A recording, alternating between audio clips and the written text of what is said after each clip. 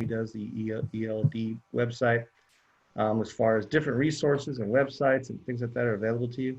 The most important thing, though, is keeping that contact with those children.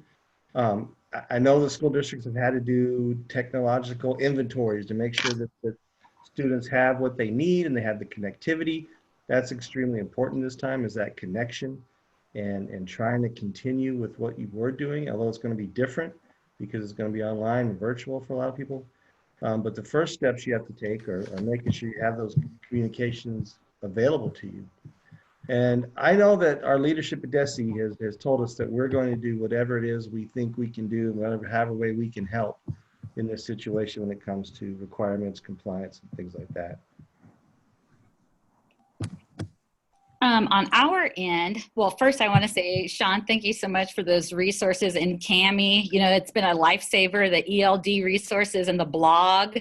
I've been in and out and pulling lots of those resources together for our teachers. But in our plan for it, you know, the objectives, as I shared them with our ESOL staff, are first addressing the basic needs of students in the communications, making sure that our ELLs are getting the message about the free breakfast and lunch that's being served in the buildings in their native language. And that means meeting them, one, looking at the translation of that, two, making sure that we are connecting with outlets and locations with where our language minority families seek information.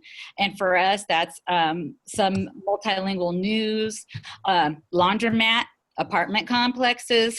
I mean, in phase one, before we were in complete lockdown, we did a lot of just taping notes on doors. So we did that. Now we're the step two for us is the preventing the spread of disease among our families, because culturally speaking, there are different beliefs, I think, about one, whether this is really happening, and two, so we want to make sure that we get all of the information to parents about hand washing, multilingual resources about hand washing.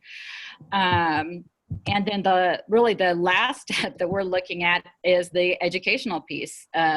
Which, you know, we want to make sure that we have that going on, but in looking at the whole child, we have to go through the parts too of making sure we can communicate. Like, as you said, Shawn, our goal for this week with teachers was that they would take these first 2 days to reach out to all of their ELLs in whatever way they could, and then to come back to us as a team to let us know who they weren't able to get a hold of, so that we can try another means of communication. Who is not logging on to our digital platforms?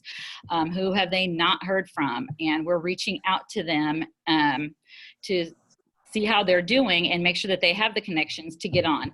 That being said, with the educational piece, our program here in St. Joe, we have around 800 English language learners, and about 15 to 20% of those students do not have internet access at home. So we're looking at, on the educational resource piece, what types of formats that we would use for the basic information, and sending some packets home, which we already have done, but we have a feeling that this may last longer than the 2 weeks that we've scheduled for. And then on the secondary level with the students with iPhones, looking at programs that are free like Duolingo, and having students complete some of that, especially if they're newcomers. That's a really long answer, sorry. Oh, it's fine. And Kendra, I'm gonna unmute you so you can give us questions, because I can't get the chat box to maintain on my screen. So Kendra, if you want to add questions that might be coming in, you can. We haven't had any questions so far that I see, but there is, Cami did share the resource with everyone with that webpage, the resource page that Shawn mentioned when he was talking. Very good. Any other, Shawn or Gena, and Gena, you mentioned some on communication to the parents and avenues and methods to do that, particularly with the younger children, K2, K3 may not, you know, the student doesn't have an email, no device to use. Any other tips or tricks on trying to navigate? The Remind app on the phone has translations where you can send a text on Remind and translate the text.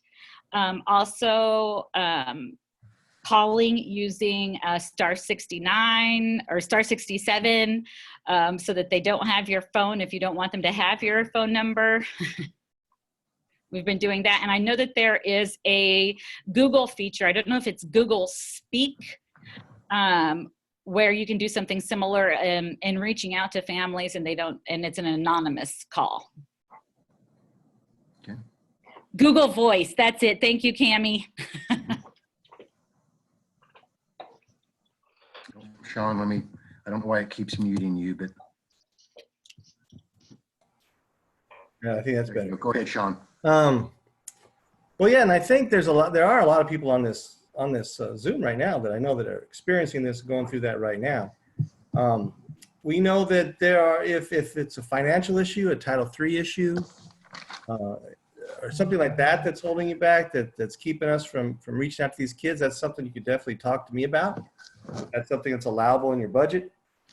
We can talk about that, and there's maybe there are ways we could help reach those children who aren't able to reach through the other methods that your district uses, something like that. I'm definitely open to talk to you. The other resources that are always available, the MEL staff is still working right now. So they're great resources to get to. If you don't have their information, they're on the DESE's website. Also, we have a Mellon, Missouri Facebook and Twitter accounts that are out there. If you haven't joined those groups, that's one of the ways, since DESE has kind of put a moratorium on what we can get and what we can send out, we're using those avenues to send out information. Just a couple additional things that I wanted to add, but there are some people on here that can really, I think, communicate with us what they've done so far as reaching those kids and the different methods they've used. And Shawn, let's do that. If you would send Kendra a message, if you would like to first unmute and you talk, that I would be fine. We don't want to turn this into a mass confusion, but if you've got comments to make on some of these lines across some of these areas, I'd be glad to open that up.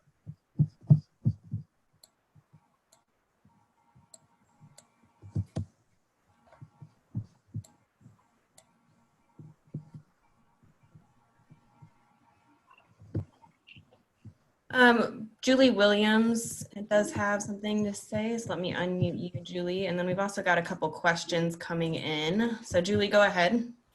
Okay, before I start, I just want to clarify that we don't get Title III money because we don't have enough identified ELL students, but we do have a number of them. And what we have done, because we do not have internet capability for most of our students, is to make sure that we have differentiated packets for those students who may need them.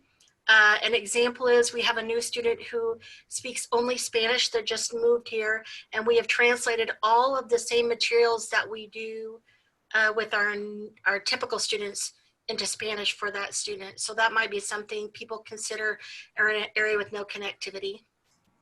All right, thank you. And I know a number of districts, particularly with the K4, seems like level, they're pushing a lot of learning packets out on kind of an every other week basis. So that would certainly be something to coordinate with your grade level teams and prepare those materials. And Mark, I see we have a question in the chat from Shelly and Shelly Fair. Yeah, I was just going to unmute her actually because she had something to share also, and maybe she can ask her question while she's in here. Hi, I was going to share some of the things that we've been doing in Columbia. So like Mark said, a lot of K4 sent home paper packets, and then we had an additional paper packet for just EL students in all of those grade levels as well. And so our elementary students in K4 have, that's what they're supposed to be working on starting after spring break, which is Monday. And we will, now that our lockdown was just extended, so school closure has been extended, so we'll be working on that in the next few days, trying to get something back out. We're handing things out through our bus routes right now. Meals are going on our bus routes, but we're looking at other ways or other things that we need to pass out, such as hotspots and technology, using those bus routes and using the same personnel that are providing the meals to do that, so that we're limiting the number of people who are on the buses passing out things to family. Excuse me. And then for 5 through 12, we use Schoology. And so a lot of our stuff is going out through Schoology for those students. And then the EL teachers in those grade levels are reaching out to the families and making sure that they understand the Schoology and how to get into that and how to find their lessons. We had a phone tree with interpreters right at the beginning. So we assigned our interpreters a certain number of students in the language, and they called each family that the numbers were valid and talked to them and made sure they didn't have any questions and shared with them the information about the school closures and things like that. We also have a website, and we're translating the information that's going out to families, and we're placing that on the COVID-19 website on the district in multiple languages. We're using our parent link to send emails to parents with the messages in multiple languages. And then we have put together guidance for teachers, so a guiding document on how to assign and assess EL students in remote learning, distance learning. So for example, now we're starting to talk about assessments now that the closure has been extended. And so one of the things that we're going to out is that not every assessment can be just a paragraph response, that maybe they could do a video explaining if they're more, if they have a higher level of oral English capacity. And so we're trying to give teachers guidance on how to assign, but also how to assess and how to give work to students instead of writing, maybe they draw, things like that. So that's going to be pushed out to all teachers, K-12, regardless of if they're an EL teacher or not. And we're also creating a Facebook group. And so we're going to create a Facebook group so that parents and interpreters can both be in that group, and we can receive messages in another language and translate it into English.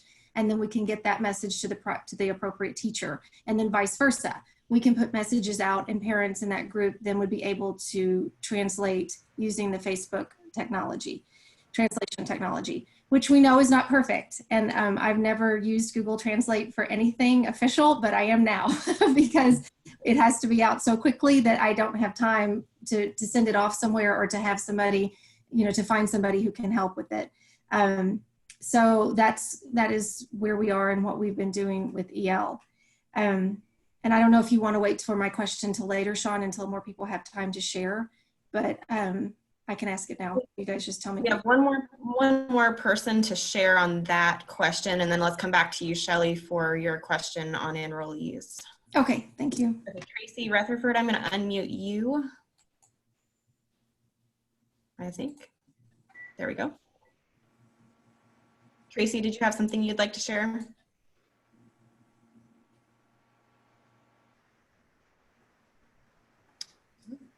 Maybe not. Okay, Shelley, go ahead and ask the question that you had. Okay, so my question, and I said when I put it in the chat, I realized that I'm sort of looking ahead, but now that school closures are extending, I feel like we need to start thinking about this now, even if we can't come up with an answer right now.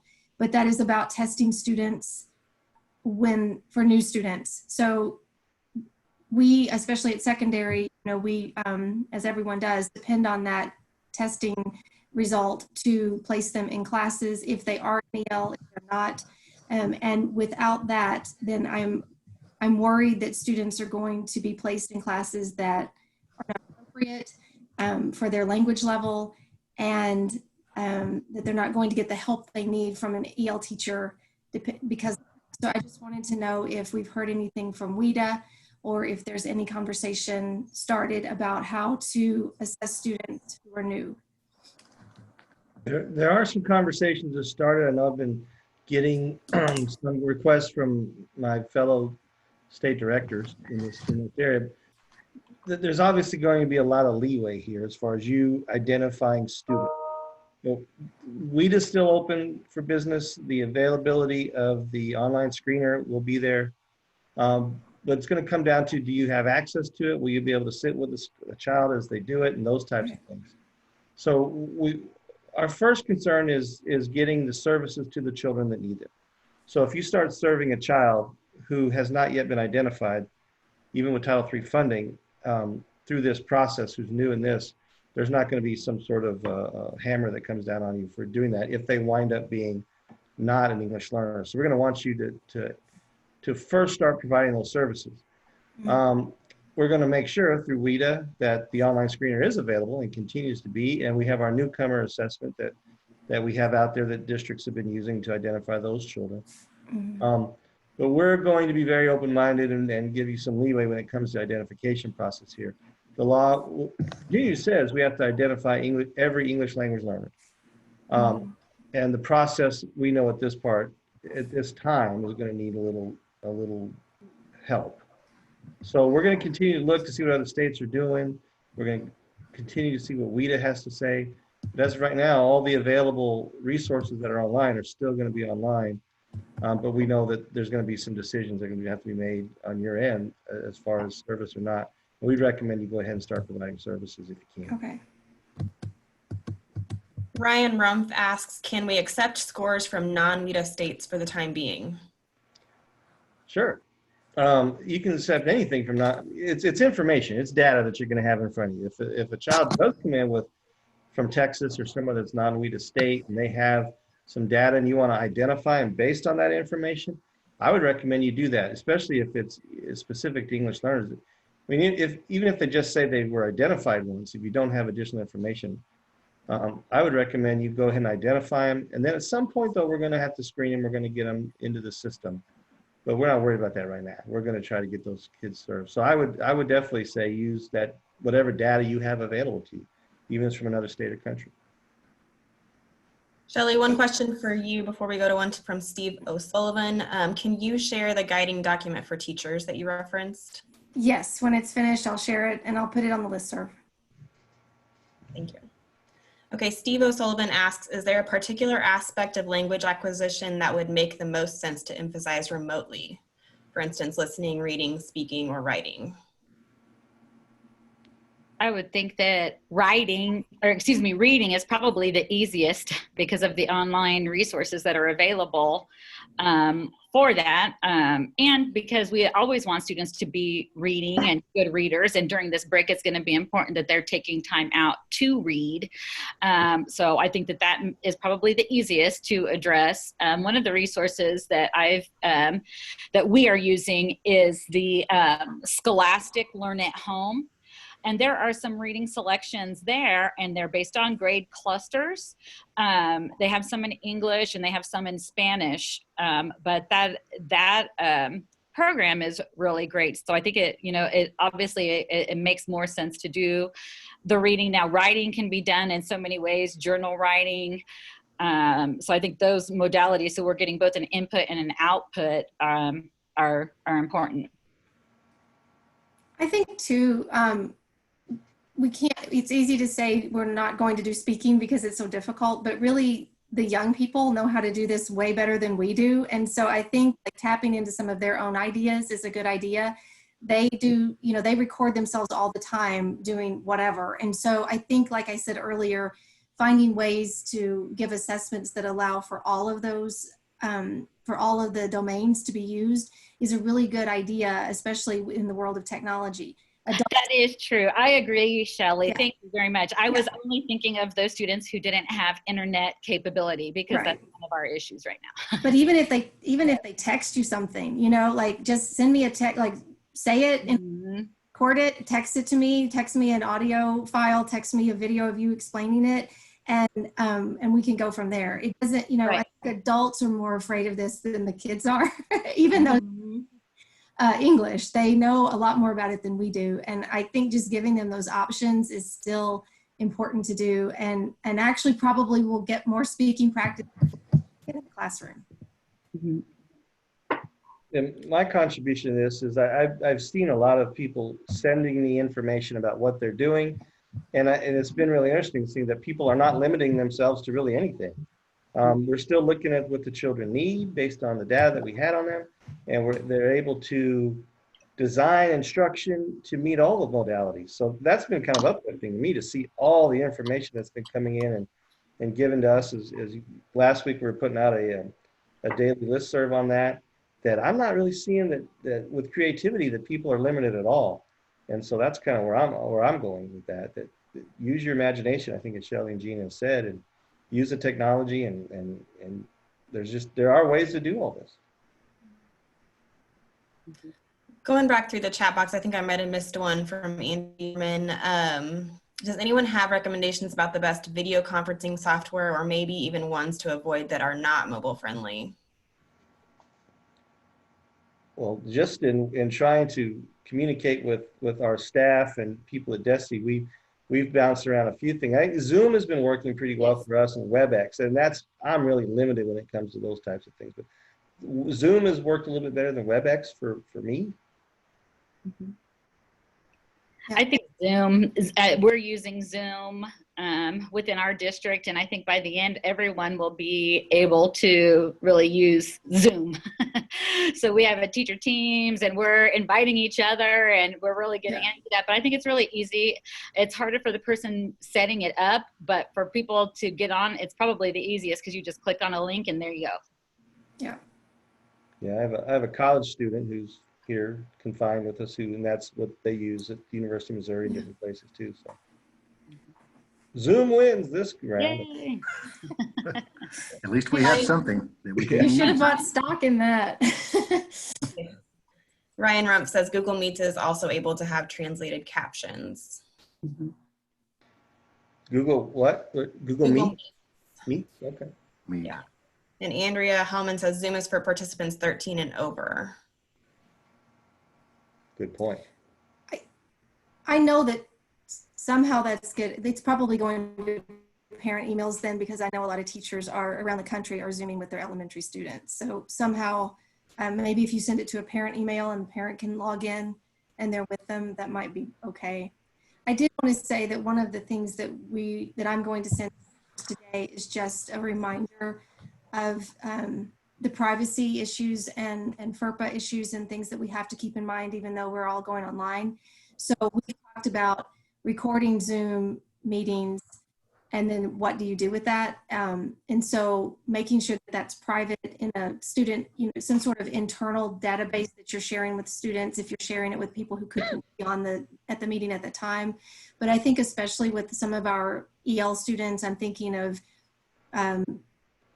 refugees and people who have, people seeking asylum, people who have fled. We have to be cognizant of keeping their privacy protected. And so that's one of the things that I'm sharing with people today, is that you can record it and you can put it in Schoology, which is how our student information system, but learning management system, sorry, but just making sure it's not going on YouTube or Facebook or anything that's public. Mm-hmm. Maria also seconded the Google platform. She's been using Google Hangouts with students to help them with their homework packets. That's another option.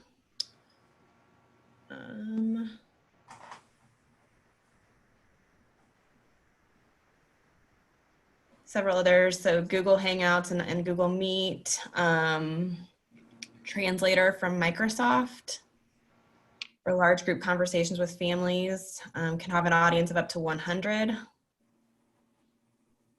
And WhatsApp is also another tool that is being used.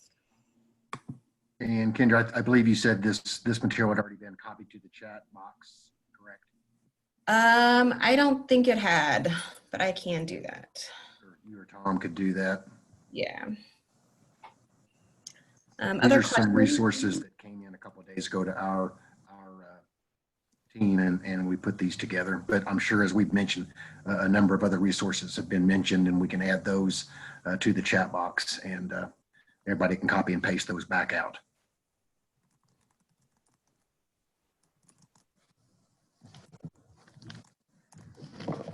I noticed our friend Ryan Rump put a plug in for YouTube. I know Ryan is really good at the YouTube and has used that a lot in the past. And that is a pretty accessible platform there. So thanks for that one, Ryan. Yeah. Other questions, or I mean, what are some of the big hurdles you all have faced aside from some of the other things we've talked about so far? Are we missing anything in our conversation? I think a lot of people were relieved when the requirements for testings were put away for this year. We were also relieved that access was done by the time. Oh, yeah. So we were in really good shape there. We know that that's going to be very helpful for us. We have, I can't make any kind of statement or have really anything to say about how accountability is going to look as we go forward. But we know that that data will be very helpful to us, to you, when we get the access data back. So congratulations for everybody for getting the access done on time and getting our scores in. I've heard a little bit from WIDA about some slowdown maybe in the results, but I'm glad that we were able to get that done ahead of time, before this, I should say. Stacy Kastner wants to ask about getting parents to respond. If you're having trouble reaching them on the phone, email, text, any method, I mean, what do you do? I think, one of the things is looking at the language of parents, and, hopefully there would be some relationship beforehand, so you may have an idea as far as what shift the parent is working, so you have a better idea of when to get a hold of them. I would say to look at the language. I mean, are they being contacted by somebody who speaks their language? Because that, sometimes they won't return a call if they don't understand it, or if they're receiving things only in English. Again, we have the challenge of having so many of our kids, the ones that we haven't heard from. For example, we are mailing letters home. I went and bought 30 books of 20 stamps, and we are sending them letters to communicate with them, just any means possible to try to reach out. Another question about building background knowledge. Do you have any suggestions for how we can continue to build background knowledge and core contents while teaching remotely? I think it depends on the grade level.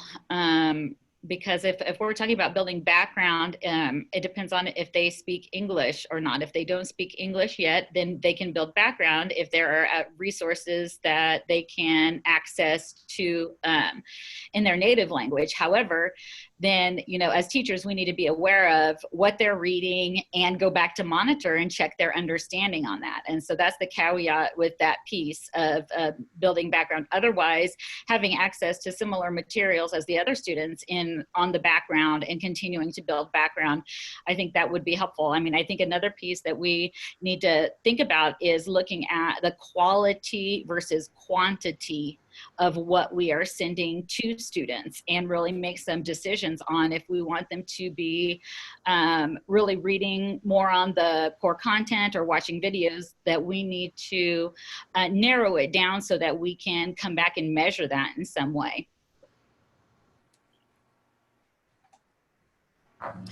One comment from Cami Goucher is test coordinators need to look at pre-reporting data validation. Announcement, I guess. Are there districts that are able to conduct home visits to access best ways to continue instructions? No. Home visits? No. No. Yeah, I would say home visits. Not for right now, at least. Not until really we get over this hump of the worst part of the pandemic, I would think. I would For recommend at least home 30 visits. or 40 days, probably. They shouldn't really be in the plans right now, but Mm-hmm. going forward, we'll see. But it's really up to everybody on their own to make those kind of decisions.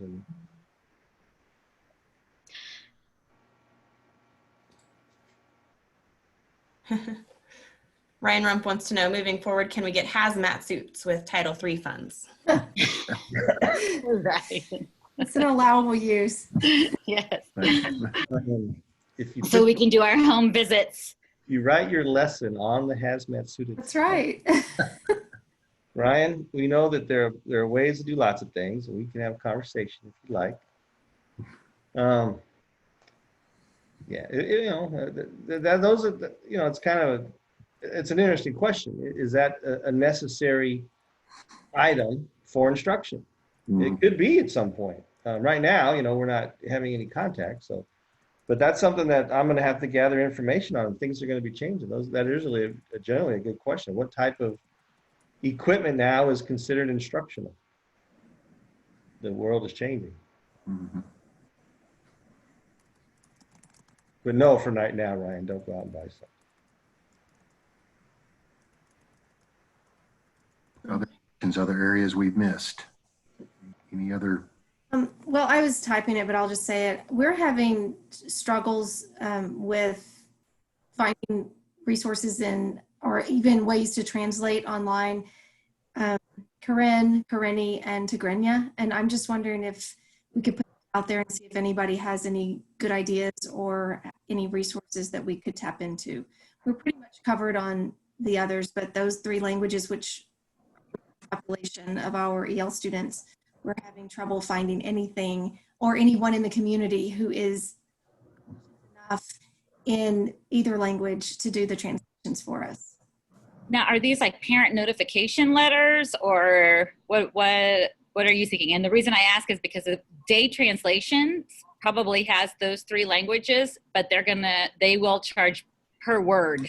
So we have a company that we use, but that's exactly where you are. Like, I can't send every single message out to that company to have it translated. So we were trying, that's why we're using things like Google Translate now, which we've never done in the past. Mm-hmm. But those are the 3 languages we can't find online or in the Microsoft Word translation. So I just wanted to put it out. So is that more of the content? And I guess my question is that for parents or students? Because, and I'm thinking about for our newcomers, we're hammering hard on the English and Duolingo and language, and not as much on the content for right now because they're newcomers. And we really need them to get that beginning language.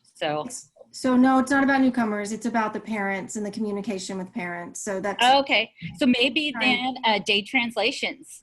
If it's not coursework, then Day Translations, even though it's not too or it's not super cost effective. That's what we've been using for our communications, and I know that they have Tigrinya. We have a company that we get those translated when it's like a formal district document or something that we're putting out from the district level. I'm talking about daily communications, like school is closed now through the 24th, things like that, things that we have quickly. That's what I was just wondering. So that's why I just wanted to put it out there to see. Like school closings and stuff like that, we would send that to Day Translations. But like otherwise, it would be probably something that are graphics about letting parents know how kids are doing. I mean, smiley face or sad face for the younger kids, something like that is non-linguistic might be a consideration. Okay.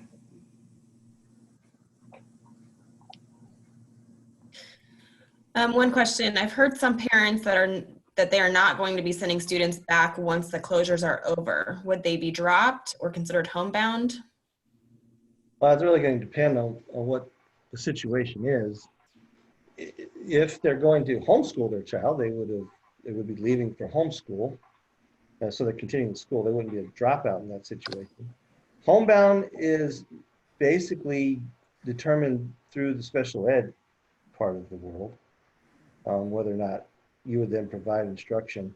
It's possible that some would wind up being a dropout. I just think that's something that we probably are going to have to kind of see what happens if schools shut down, say between now and the end of the year. Obviously, it's not the students' fault, so none of those children will be dropouts. There's just a lot that's going to have to happen over the next few weeks to really make good decisions about or good advice or give you information about what's going to happen. But it just really depends on the situation, I'd say. Yeah, and your obviously your principal / central office is going to help with that process to determine the status of that student through that process. Knowing that this is a global pandemic and students in non-English speaking countries might close schools too, are there resources that we know that those countries are using to teach remotely? I haven't seen other countries, maybe that's something I could look at through TESOL, or Cami and I can take a look at. There are resources everywhere. So that's something we could definitely look at. And that might be a question I'd kick back over to Cami Goucher. I know she's listening in here. Cami says she's gathered a few. Let me know what languages. Another question. I have several students that went to Argentina and Mexico for spring break, and now they are unable to get back. We are still emailing school assignments, obviously, but is there anything else I need to know about how to handle these students? From a regulatory compliance, no, not at this moment. Working with them virtually the best you can. So I'm not sure there's something different from a compliance or from my perspective. Now the instructors, educators here might have some information. Well, and I think, you know, the cultural difference I can think of in particular for the people who are coming from Mexico, I've been following on the news different, the messages that are being received in different countries. And I know that in Mexico, their president in the initial phases was saying that they weren't going to be affected by coronavirus and not to worry about it and hug and kiss each other and seriously like hug someone in front of the entire public. So the message that I would want to make sure that they understand, it would be that they have all of the health information to understand what the coronavirus is and how to keep themselves safe from that. And make sure when they do get back that they get the information about hand washing and social distancing and all of those things.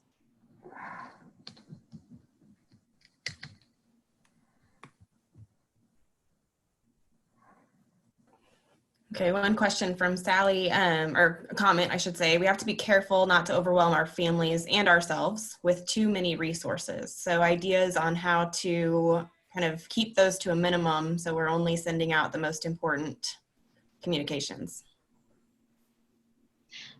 I agree. I think, you know, really it's overwhelming right now to see all of the technology and resources that are available. I mean, as far as program coordination goes, I encourage and I'm guiding our staff to really focus so that we can collaborate on what we're using so that we can go back later on and attach that to student performance and talk about how students are doing.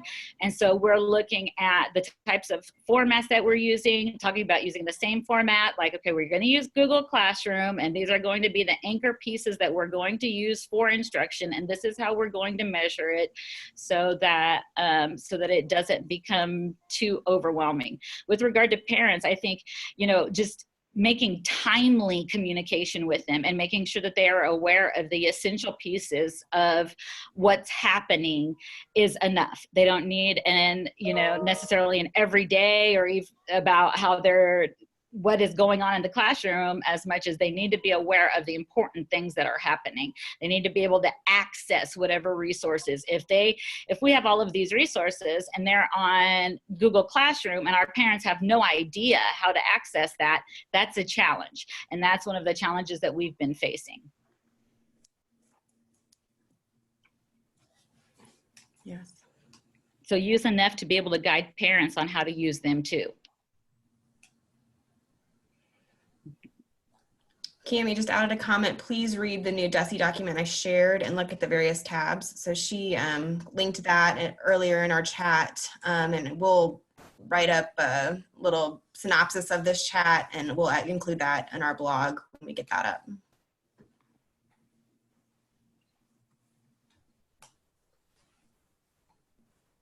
And Kendra, just for those that may be, again, not familiar with the neadvantage.com website, that's sort of our public facing window. It's not the data tool, that's the public facing website. And we have a lot of information. It's gotten pretty deep the last couple of weeks. I mean, we've added a lot of material on there just this last couple of weeks, and particularly in the blog section about supports for the districts.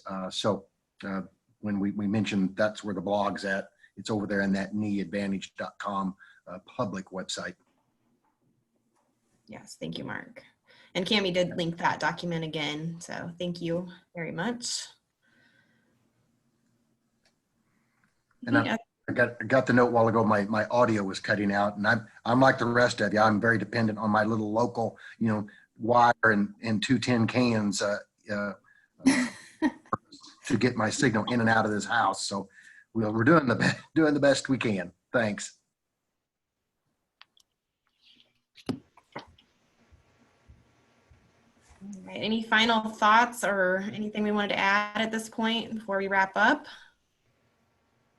Kendra, I brought that slide up on the other online discussions. A couple of you mentioned kind of DESE accountability and those sort of things. Chris Neal is going to follow this session at 2:30 with another Zoom, and there's the link to it. And Chris, that's some of the areas that Chris is going to cover, is talking about where is this whole accountability thing going, since obviously testing's been suspended and a number of other things. So we've got a lot of good questions coming up at 2:30 for Chris, if you would like to join that. And obviously you can see the SPED coming up on Friday morning. Some of you may cross over into that area, or at least work with them and with your students.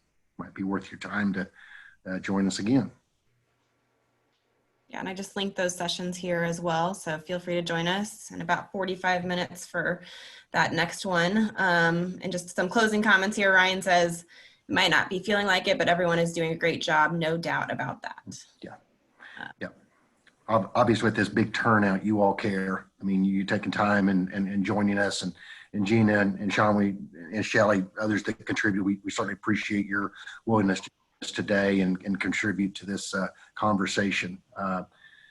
NE will continue to serve sort of as a conduit where we see needs of folks needs to come together, and if we can facilitate that discussion and conversation, we'll be glad to do so.